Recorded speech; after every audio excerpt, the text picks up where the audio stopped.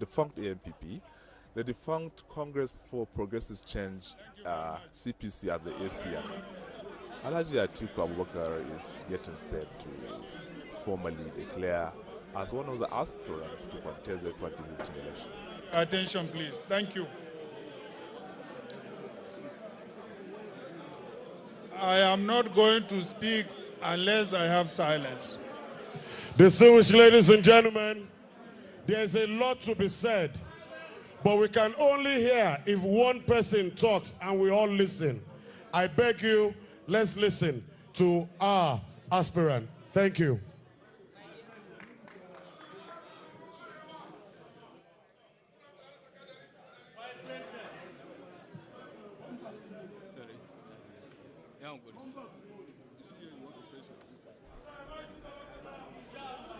Like we earlier told you, the APC has released its timetable for the presidential primaries, which is to hold at its national convention on 2nd of December. And members of our great party, the All Progressives Congress, APC, our dynamic and vibrant Nigerian youth, other Nigerians here at home and abroad, members of the press, distinguished ladies and gentlemen. I welcome you all to this special gathering. I feel truly honored by your presence. That you could attend this event despite the security and healthcare challenges facing this country at the moment is all the more gratifying. I thank you from the bottom of my heart. We are all here because we believe that our country can be made better. We want to see Nigeria develop, prosper, and become the pride of Africa and the black race. We are here because we know that change must come, and that change will only come because of you here and those of you at home. As I move around this country interacting with regular Nigerians, I listen to their concerns about unfulfilled expectations, frustrations, and sometimes disillusionment. Yet, I still see the excitement, determination, and hope on their faces. In spite of the many challenges we face, it is quite remarkable that our people have refused to give up on Nigeria. It is inspiring that amidst difficulties and growing anxiety over the future of our country, our people have refused to succumb to despair and hopelessness. This never say die attitude gives me immense hope, and it is one of the reasons why I can never give up on Nigeria.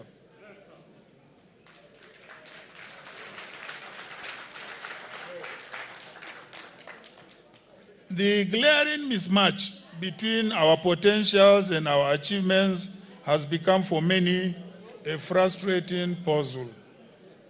For others, it is a topic for national debate. And yet for another group, it is doomsday lament.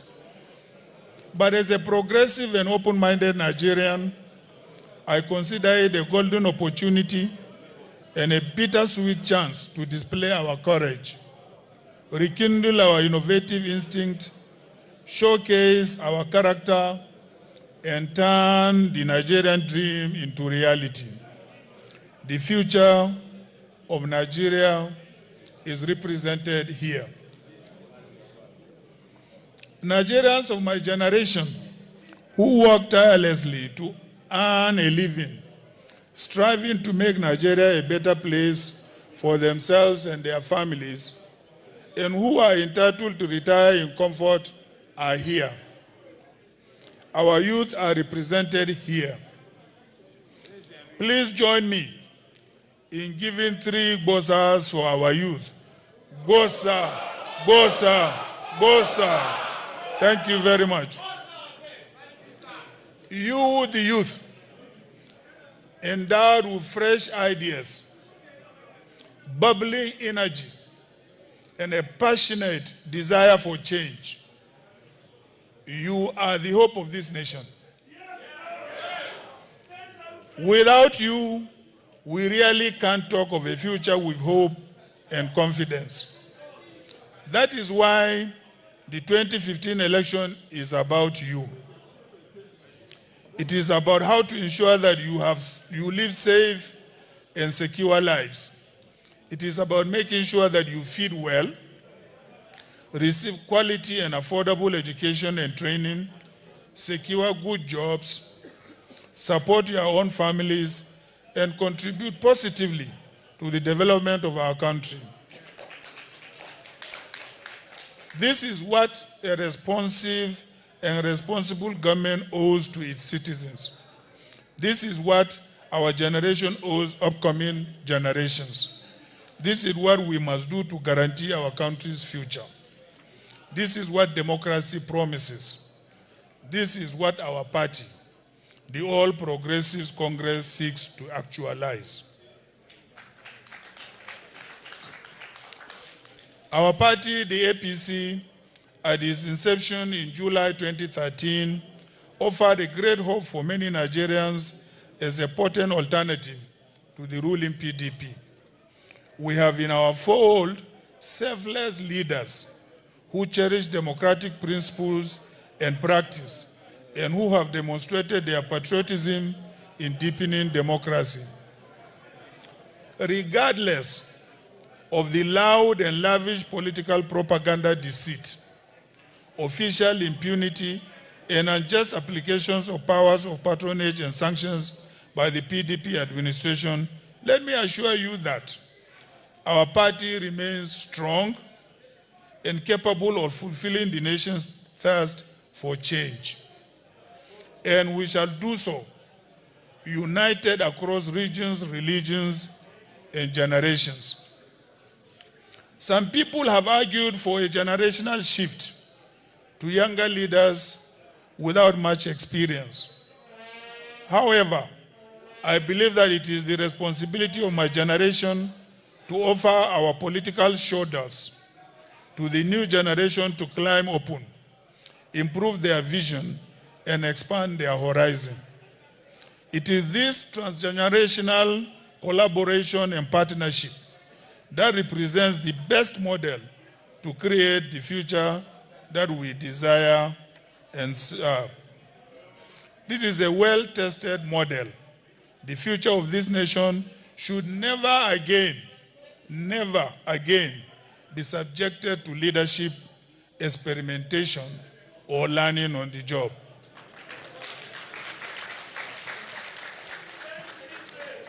My story is similar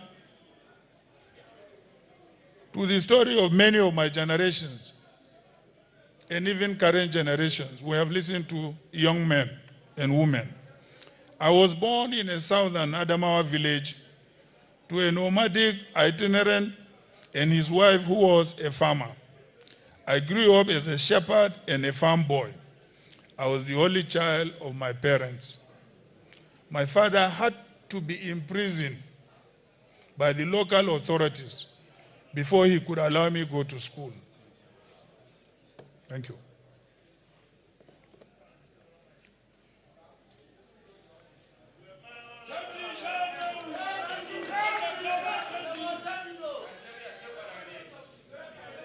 Thank you.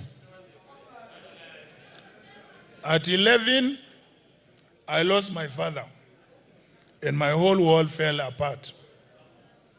With the help of my mother, the future of this nation should never again be subjected to leadership, experimentation, or learning on the job.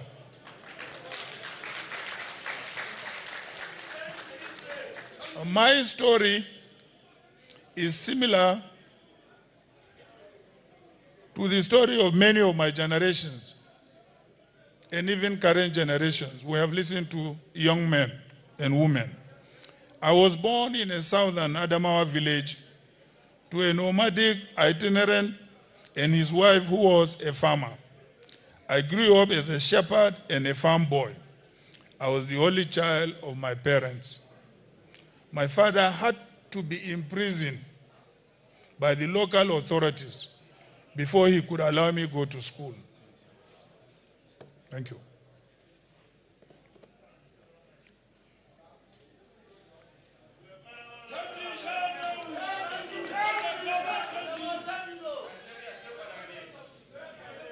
Thank you.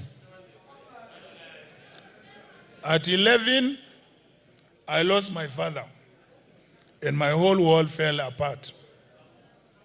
With the help of my mother, other relatives and friends of my father, I pulled myself up from these doldrums and despair. I faced the future with uncommon confidence, hope, and faith in God. I am where I am today because I did not give up. Never give up.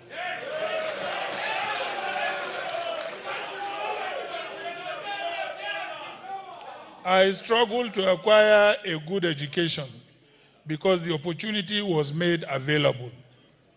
Most people never had a chance, and their potentials were never discovered, and their contributions to national development thus curtailed.